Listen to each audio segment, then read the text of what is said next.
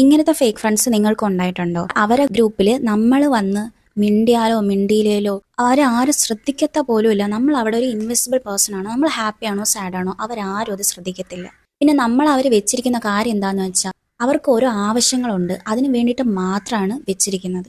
അല്ലെങ്കിൽ അവർക്ക് നമ്മളെ വേണ്ട ആവശ്യങ്ങളൊന്നുമില്ല. അവരുടെ ഗ്രൂപ്പിൽ നിൽക്കാൻ വേണ്ടിയിട്ട് നമ്മൾ പാവമാണ്, അങ്ങനെയാണ് നമ്മളെ കുറിച്ച് നല്ലതൊക്കെ ഓരോന്ന് പറയും. എന്തിനാ അങ്ങനെ പറഞ്ഞാൽ നമ്മൾ നിൽക്കുമല്ലോ. അവർക്ക് ഓരോ ആവശ്യങ്ങൾക്ക് അവർക്ക് ഓരോ ഹെൽപ്പ് നമ്മൾ ചെയ്തു കൊടുക്കും. പിന്നെ അവരെ ഗ്രൂപ്പിലുള്ള ആരെങ്കിലും ആയിട്ട് അടി എങ്ങാനും ഉണ്ടായി മിണ്ടായിരിക്കുകയാണെങ്കിൽ നമ്മുടെ കമ്പനി ആവശ്യമുണ്ട്. എന്നിട്ട് നമ്മുടെ അടുത്ത് വന്ന് മിണ്ടിയിട്ട് അവരൊന്ന് പാച്ചപ്പ് ആകുമ്പോൾ നമ്മളെ കളഞ്ഞിട്ട് പിന്നെ അവരുടെ അടുത്ത് പോയി മിണ്ടും.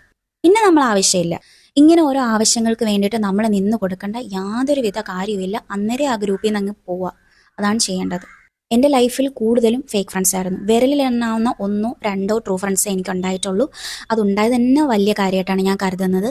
ഈ ഫേക്ക് ഫ്രണ്ട്സ് ഉള്ള കാലഘട്ടത്ത് നല്ല കുറച്ച് ട്രൂ ഫ്രണ്ട്സ് കിട്ടുന്നത് തന്നെയാണ് വലിയ കാര്യം. നിങ്ങൾക്ക് ഫേക്ക് ഫ്രണ്ട്സിൽ നിന്ന് എന്തൊക്കെ അനുഭവങ്ങളാണ് ഉണ്ടായതെന്ന് കമൻറ്റ് ചെയ്യും.